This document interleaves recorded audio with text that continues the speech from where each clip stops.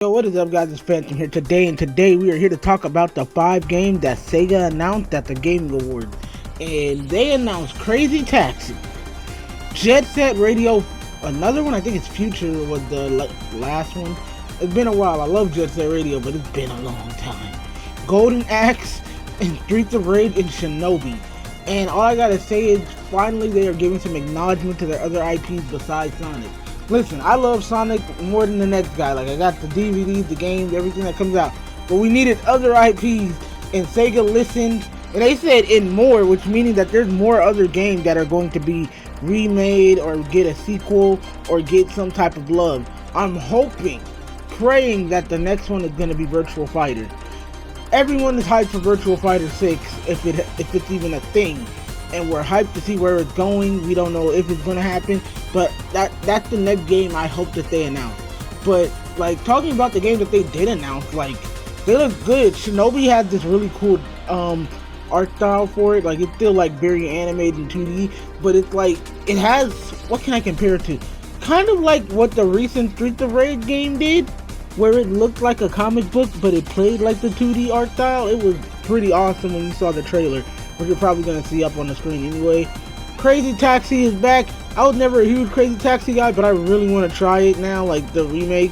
I kind of want to play the older ones too, but you know, they're going to be hard to find. You got to get a Dreamcast, and I have to find the refurbished one probably. But Crazy Taxi is back. I kind of knew they were going to bring that one back, because, come on, it's one of the funnest IPs Sega has, because it's generally just driving as crazy and getting people to their destination and breaking multiple laws, essentially. And I think that's great that they're bringing that back. Of course, Streets of Rage are coming back, which, you know, I feel like that's great that they're giving Streets of Rage love, because recently with the PS4 one that came out, which was a great installment for the Streets of Rage series, I did a review on that. You can go up there. But no, like, the recent Streets of Rage was so highly liked and stuff, because it went back to the roots of what Streets of Rage is. And this one looks like it's doing the same, but it's adding a bunch of new stuff to it. Also, Golden Axe, which also, I was not expecting Golden Axe to be there. Like, Golden Axe, like, nobody barely played that. I played it, I loved it, but I was like, we're not getting another one of these. We're not, after what happened with that last game that was on, I think it was on the PS2, and that one was trying to be all dark and gritty and serious. I'm sorry if you guys can hear me messing with my mic, but, yeah. Golden Axe is back. It has a little bit of, like, a party system where it's, like, 4 people, and it's still a beat-em-up game, but it's, like, the different classes are still there. So you get the Viking class, the Magician class, all of them are there.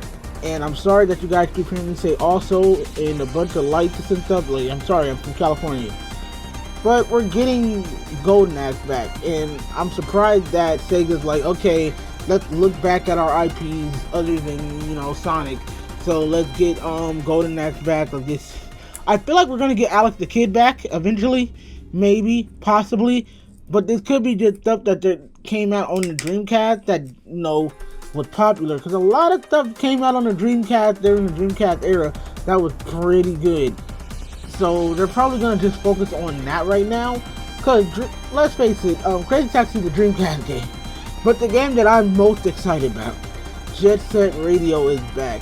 Jet Set Radio has such a place in my heart, because it's the one, like, super street and urban game that I've always liked. It also introduced me to a lot of, like, newer artists. Like, I'm sorry, IO10 is one of my favorite songs that came out of the Jet Set Radio soundtrack. And I feel like everybody is gonna say, oh, well, that doesn't, you know, of course that's everyone's favorite song. It's overplayed. I loved IO10. And I love the art style that comes with Jet Set Radio. I love that, you know, it's a rollerblading game, and they did do something similar with that with, I forgot what the game was called, Bomb Set Rush or something like that.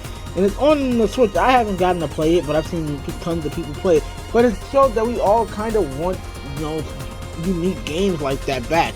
Like, it was such a unique concept having you go around and do the spray paint and then go rollerblade somewhere else. It was such a unique concept, and I feel like we'll never get that. It was the closest thing to us getting an Air Gear video game. That's what I wanted to say. It was the closest thing we were going to get to Air Gear the video game. And man, am I super excited to see how it looks. It looks so, like, the graphics for it looks amazing. Like, the whole entire aesthetic and quality of the game looks super amazing. But yeah, thank you, Sega, for giving these other IPs love, because we have not seen anything of these IPs for a while. And like I'm like, bro, we probably will never get the Jet Set Radio days back. We'll probably never get the Streets of Rage or that Golden Axe days back. Cause I'm a Sega kid. I always grew up on Sega. I love Nintendo. I love PlayStation and all that stuff. But I always loved Sega too. And like Sega was I always gravitated to that mainly because of Sonic. But you know, I like their other games too. I hope we get another Comic Zone. We can get another Kid Chameleon. There's a lot of games that Sega owns that they won't get up to, but now they kind of have to. They're showing that, hey, we have other IPs here too. Of course, Virtua Fighter is number one on my list because I'm like, it's been a while. That other Virtua Fighter that came out was very successful. And mainly because it was free to play, which I feel like more fighting games need to take that approach with free to play. But that's for another video for another time. Thank you guys for watching me talk about Sega. I know it's out of nowhere, but it's one of my favorite games, right? Well, gaming companies, all the way from back in the day. So yeah, thank you guys so much for watching. You guys have a wonderful day, and let your heart be your guiding key. Peace.